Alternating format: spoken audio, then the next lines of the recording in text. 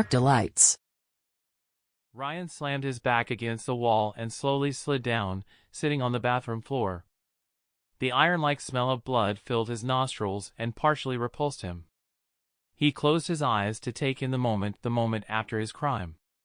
He felt the water seeping into the fabric of his jeans, the liquid pulling at him like tiny hands dragging him down, down, down. He leant his head back before opening his eyes to stare at the smoke-stained yellow ceiling. His blue eyes flickered for a moment, like a wave of nostalgia washed over him like warm current. I used to live here, he thought to himself in a moment of reflection. I used to stare at this ceiling every day, once upon a time. His chest heaved from exhaustion, slowly pushing his back further and further from the tiled wall behind him.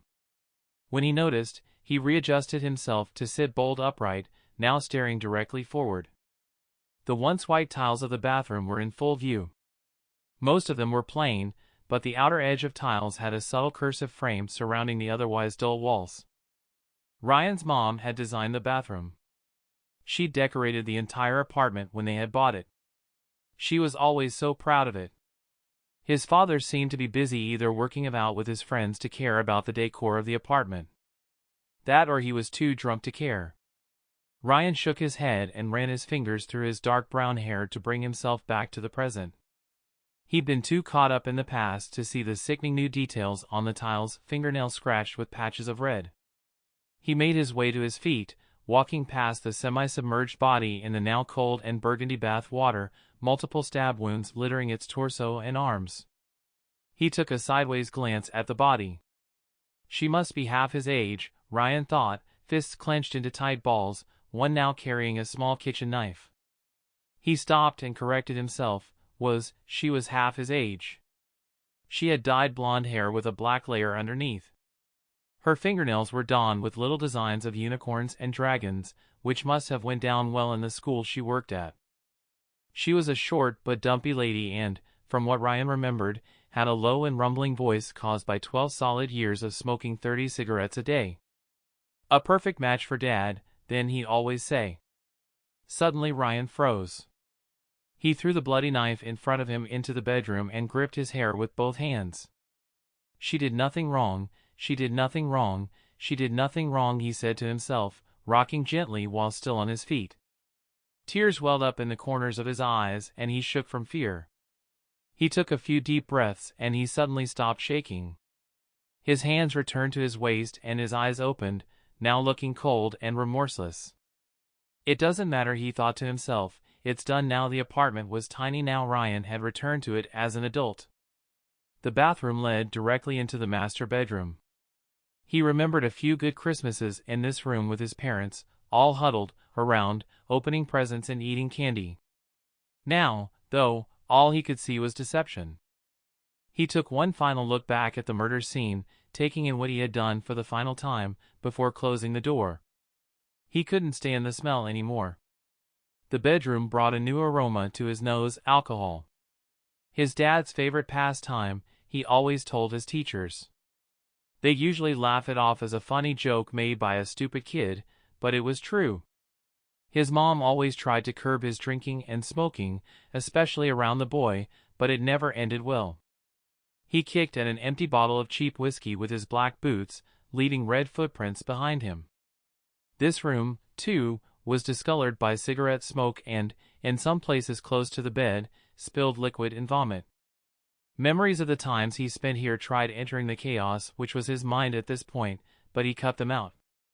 It's in the past, focus on the now, he'd tell himself as he continued out of the bedroom and towards the living room. He'd walked past everything in all the other rooms so he could do the deed, and hadn't noticed much from the living room, the room which was essentially his room. Mom would always mark out a corner for him to play and do schoolwork, when she wasn't helping Dad in from a bar or working 2 jobs to make up for Dad's latest redundancy. The couch, now a museum for old and empty beer bottles, was Ryan's bed. To see it in such disrepair was horrifying to him. He remembered a lot of fond times watching the TV on a Saturday morning, turned up as loud as the box could handle. He always knew why it was turned up that loud. He'd hear it between programs or ad breaks. The splash of vomit hitting the toilet water, the clink of bottles as they rattled around the floor, the screaming contests his mom and dad would routinely have, the loud sharp slap of hand meeting cheek, the deafening silence that followed. The doors slamming as his dad left the apartment for the bar, the soft sobbing noise of his mom crying by the bedside table. Sometimes, Ryan would go into the room to hug her and say everything was okay, not fully understanding what was going on. She'd smile and stroke his hair, tears still running down her slowly bruising cheek and eye. Ryan shook once more with rage. He kicked a bottle towards the TV set, smashing it with an electrical flash. He stood and walked towards the front door. He remembered the day his mom had done the same, his dad on his knees, sobbing like a spoilt child as she passed him, begging like a hungry dog.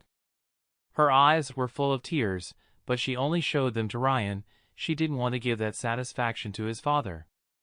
She grabbed a few small things from the tiny kitchen and walked out the door with a deafening slam following it.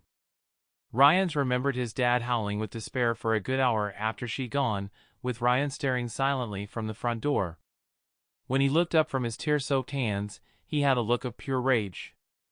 The verbal tirade that left his father's mouth was nothing new to Ryan, but this time it was aimed solely at him. He didn't understand a lot of it, but the words "your mind" always stuck out in his mind, just before he felt the cold, callous hand of his father hit him for the first time. Ryan was in the kitchen, standing in the exact same spot as his mother had 12 years earlier.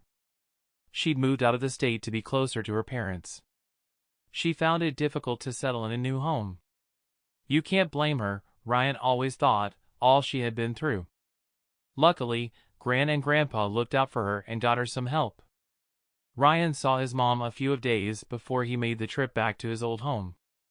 She looked empty, almost doll-like from her vacant stares and movements. The love was still there, but she couldn't show it anymore.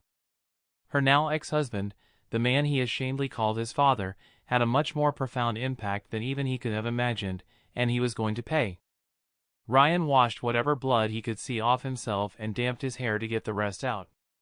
He stood facing the door, ready to leave for the last time. He opened it and walked slowly to the elevators. When he rounded the corner, he came face to face with a familiar figure.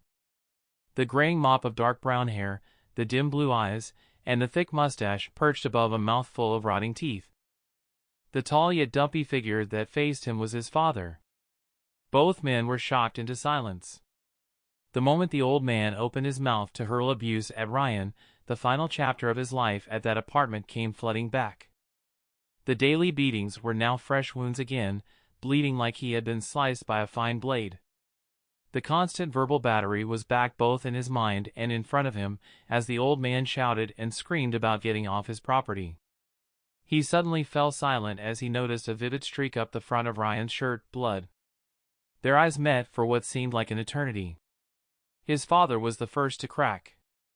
Ryan stared back at him, an emotionless expression reminiscent of the one his mom now permanently wore. The old man darted for his apartment, dropping the large plastic bag full of wine and cigarettes.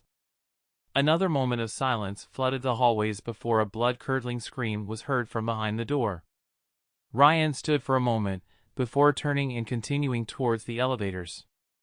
He finally knows what it's like to lose someone he truly loves, he thought, as the elevator doors slowly closed in front of him.